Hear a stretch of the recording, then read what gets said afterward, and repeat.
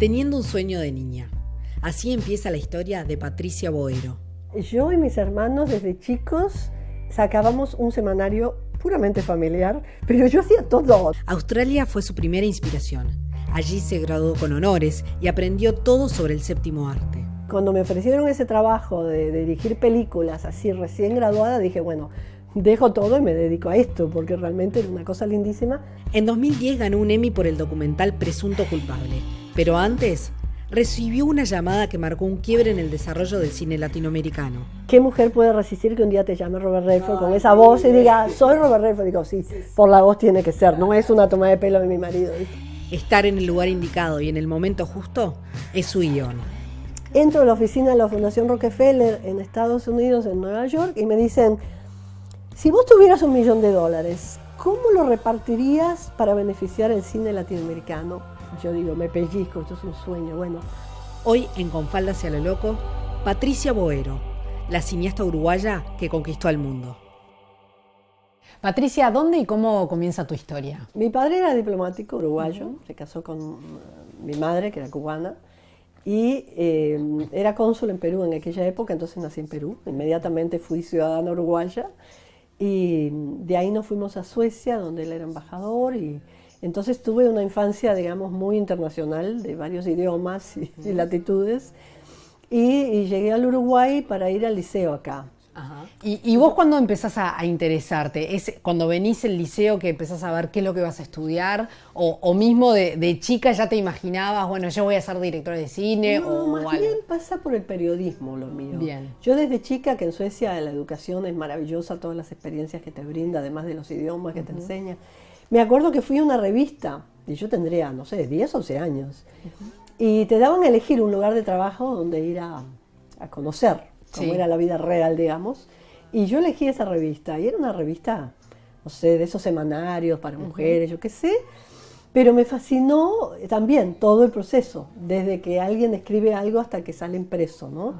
Y fue muy divertido porque en esa misma revista, un par de años después, yo ya me hice fanática de la música, los Beatles, Bob Dylan, y yo me hice pasar por periodista porque entendí que eso te abría todas las puertas. No. Y fui y entrevisté a Bob Dylan, que muy gentilmente se hizo entrevistar por esta nena mentirosa que era yo. Y esa revista publicó la entrevista, porque yo ni le había dicho a mis padres, se enteraron y se armó tremendo escándalo. ¿Cómo te atreviste? Pero dije, es una buena profesión, porque ¿viste? Y además de esa nota con Bob Dylan, ¿publicaste alguna otra cosa en esa primera experiencia que tuviste con el periodismo? Mira, yo y mis hermanos desde chicos sacábamos un semanario puramente familiar, pero yo hacía todo, desde el crucigrama hasta el pronóstico del tiempo, y mi hermana y mi hermano contribuían. Para los que dicen que multiempleo es de ahora, ¿no? De todo, Era de todo. antes. Entrevistábamos hasta el perro. Y claro, mi familia se mataba de risa, pero era todo, ¿viste? Impreso con sus páginas, todo, ¿viste? Patricia, contame cómo llegás a Australia a estudiar y cómo es esa experiencia de ir a la universidad allá. A los 20 años era un momento bastante duro en el Uruguay. Yo llegué a Australia en enero del 73. Primero empecé a trabajar y agarré lo primero que apareció, que en realidad era un trabajo de fábrica. Pero después me pasé una imprenta que trabajaba de noche y me permitía estudiar de día. Y tuve que revalidar, dar todos los exámenes de secundaria, digamos, en un solo año para poder entrar a la facultad. Y me metí de lleno. Por suerte la universidad en esos años era gratis. Y gané una beca, con eso me pude comprar libros. Y empecé enseguida a estudiar teatro, cine. Pero tú te graduaste de qué? Bachelor of Arts. Porque es distinto, Sí, ¿no? sí, sí. Al sistema que tenemos en Uruguay. Sí. Es como un título de humanidades, digamos. Bien. ¿No? Cuando me ofrecieron ese trabajo de dirigir películas así recién graduada, dije, bueno, dejo todo y me dedico a esto, porque realmente era una cosa lindísima. Y era se llamaba Women's Film Unit, la unidad de cine de la mujer. Y la teoría de ellos, y por eso yo creo que también se hace tanto cine y televisión en Australia, es que como principiante se te hace difícil trabajar con un equipo todo profesional. Si vos sos la directora y la que en realidad sabe menos en cuanto a experiencia, te puedes sentir un poco insegura. Ahora, ese equipo de mujeres me ayudó tanto, me enseñó tanto.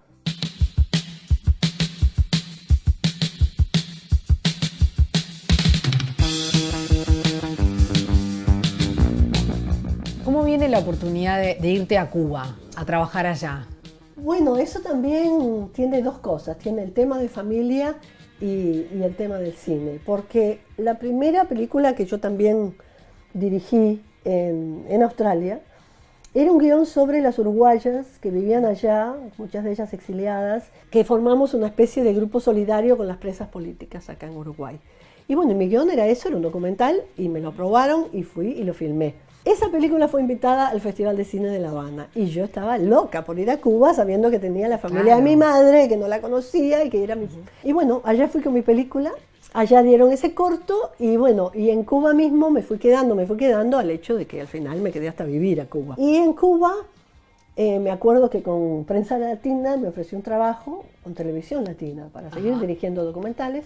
Sí. Tenían todo un equipo que le habían dejado los japoneses de la Sony, virgen. Entonces me dijeron, si querés dirigir documentales, quédate acá con todo este equipo a tu disposición. Claro. Y bueno, era mucha la tentación, además a mí el clima tropical me encanta, el reencuentro con mi familia cubana fue divino y además, para mayor suerte, conocí a mi marido italiano, que era corresponsal en La Habana. En Estados Unidos los cubanos que están allá le echan la culpa a Fidel Castro de todo. Sí. Entonces yo digo, Fidel tiene la culpa que yo conociera a Máximo, porque durante los largos y larguísimos discursos de Fidel, Máximo y yo estábamos en la sala de prensa conociéndonos, sí. Y bueno, prácticamente de ahí nace nuestra relación. Y ahí trabajabas para la CNN también, para BBC, y tenés una anécdota maravillosa de cómo llegás a la corresponsalía de BBC, bueno, que te voy a pedir que la cuentes porque yo también pienso que he tenido bastante suerte, que los trabajos como me encuentran a mí, yo estoy en el lugar preciso, en el momento preciso. Yo tenía una amiga de Australia que era corresponsal de la CNN en Nicaragua y avisaron que venía Gorbachev de visita a Cuba. Entonces Lucía Newman me dice, mira, vos que estás en Cuba, la CNN por primera vez va a entrar a Cuba para cubrir el tema de la visita de Gorbachev. Y entonces desde un comienzo me involucré desde Televisión Latina, que era la televisora de la agencia de prensa, Prensa Latina. Y yo acompañé todo eso y después salí a filmar porque necesitaba muchas imágenes de Cuba. Entonces ahí yo estaba un día en ese apartamento que yo sabía que como un año atrás había pertenecido a una periodista irlandesa que además de trabajar para prensa escrita, trabajaba para la BBC. Y un día suena el teléfono y preguntan por ella, un acento inglés. Y yo que había ido al colegio inglés acá en Uruguay y estudiado inglés en Suecia, digo, bueno, le contesto en inglés, no, ya no está. Entonces me dicen, ¿pero vos hablas inglés? Sí. ¿Sos periodista? Sí. Ah, bueno, entonces te ponemos a prueba, hacer una nota para radio y si funciona, vas a ser la nueva corresponsal de la BBC. Yo digo, bueno, bárbaro. Salí, entrevisté a alguien, yo qué sé, armé una nota y me nombraron corresponsal de la BBC. Entonces estaba haciendo al mismo tiempo cine, televisión, radio y además era corresponsal para diarios uruguayos, que en esa época era La Hora, después fue La República.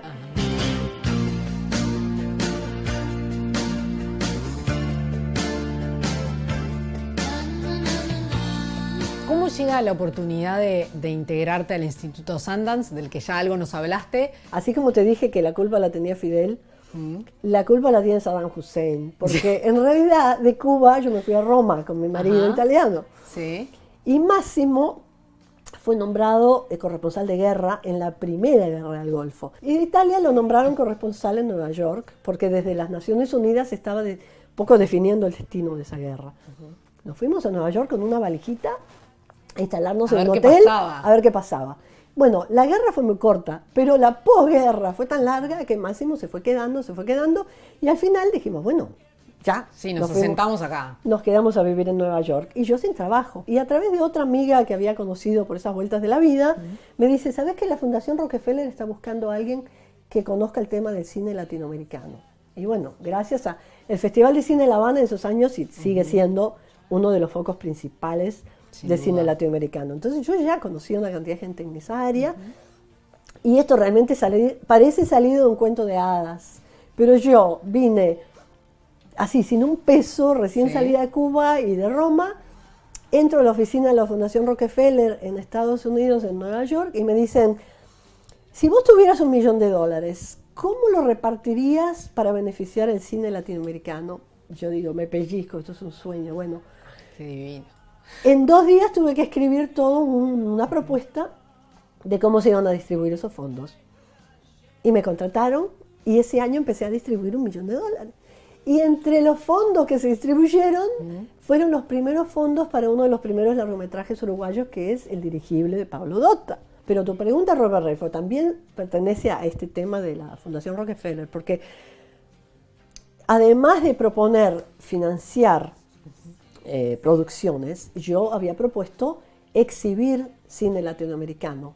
Ajá. Y uno de los principales foros de exhibición eran los festivales, y el festival de Robert Redford de los más prestigiosos. Sin duda. Y un día, bueno, ¿qué mujer puede resistir que un día te llame Robert Redford con esa increíble. voz y diga, soy Robert Redford? Digo, sí, por la voz tiene que ser, no es una toma de pelo de mi marido.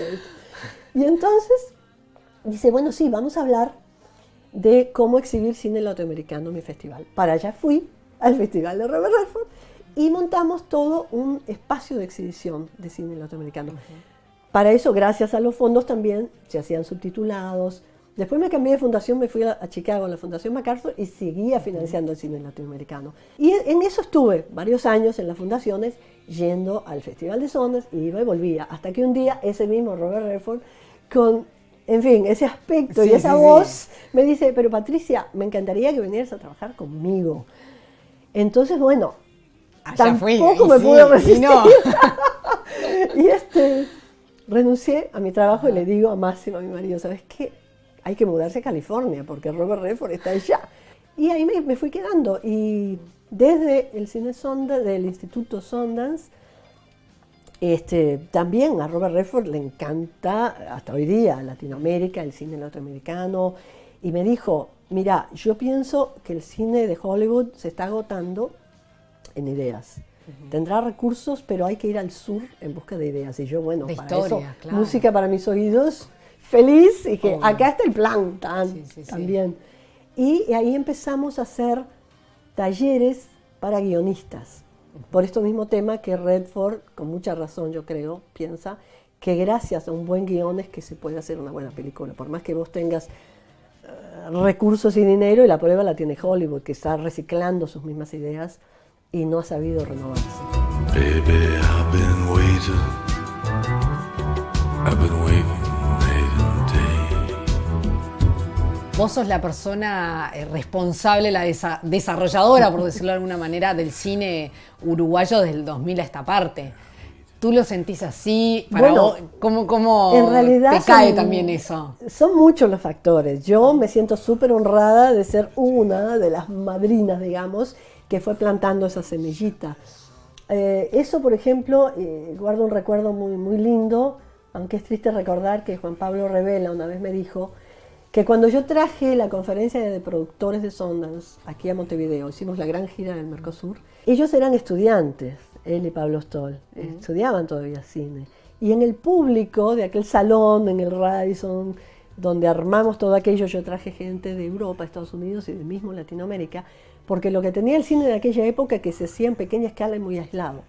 La idea de las coproducciones, de cómo, bueno, vino Elena Vilardell de Ibermedia, eran todas esas primeras visitas, vino Tornasol, vino Wanda, vinieron muchas de las empresas que hasta hoy día siguen produciendo, distribuyendo y coproduciendo el cine en Latinoamérica.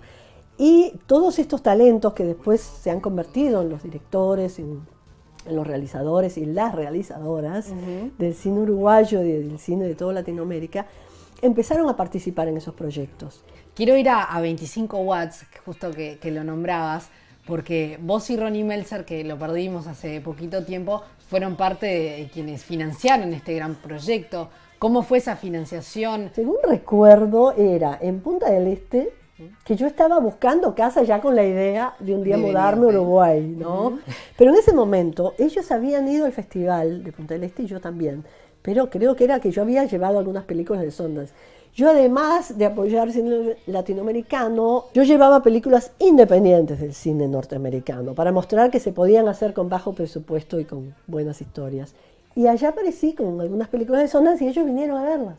Y creo que hicimos también como una charla o algo así. Y me cuentan de 25 watts. Yo había visto solo el clip de 3 minutos, que era como una especie de videoclip muy cómico que habían hecho.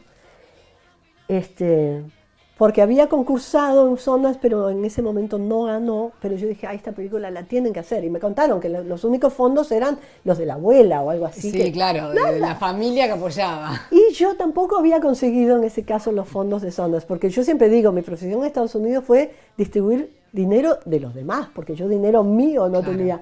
Pero esa es la primera vez que yo saqué un cheque personal mío y dije, mira, no tengo mucho, pero te doy algo. Algo para que Y así fue, creo que estaban también Fernando Epstein, que estaban Juan Pablo y Pablo, y dije, ojalá que para algo les pueda servir, que en realidad fue poquísimo, pero creo que les dio como ese un poco de impulso. Y después está, y cuando vi mi nombre digo, entonces están locos, en fin, muchas gracias, porque ahora hasta hoy día como que me siento también medio madrina de esa película. Patricia, ¿y cómo comenzás con el retorno a Uruguay? En el 2011 dijimos, ahora o nunca, vendimos la casa ya, quemé todos los puentes, dije, me voy. Y vinimos. Enseguida que nos instalamos en Punta del Este, en la Intendencia de Maldonado, que financia y apoya el Festival de Cine de Punta del Este, me dijo, venía a programar para el festival. O sea que prácticamente a los 3 días de estar... Además el festival era en diciembre y yo llegué en noviembre, o sea que fue una cosa. Sí. Y después seguí un par de años más con la programación del festival. Pero en realidad el trabajo que se dio y que me trajo de vuelta a la producción fue con el canal Al Jazeera. Y la productora ejecutiva de este espacio, que se llama Jean Garner, me dijo, mira, vos que estás acá, hablas español, que ella habla solo inglés, y me dijo, haceme un poco como de puente hacia los productores latinoamericanos, porque queremos hacer una serie de 6 documentales que se va a llamar Viewfinder, y que cuente historias de Latinoamérica desde el punto de vista de un realizador o realizadora latinoamericano. Y esa serie sale al aire, tiene un enorme éxito. Entonces, Al Jazeera, encantado, quiso repetir. Vamos a hacer otra serie, a través de 8 documentales, y una de ellas en Uruguay, cosa que me encantó poder trabajar acá mismo. ¿Y de qué se hizo? El tema era de un preso que aprende a jugar al ajedrez en la cárcel y cuando sale empieza a dar clases de ajedrez, o sea que le cambia un poco la vida y lo ayuda a reinsertarse en la sociedad. Patricia, ¿qué cosas te impulsan a hacer más? Y siempre queda algo de energía y de reacción a sucesos que merecen la pena ser contados, ¿no? Patricia, gracias por hacernos viajar contigo. Gracias a ustedes. Gracias a ustedes. Can't be alive.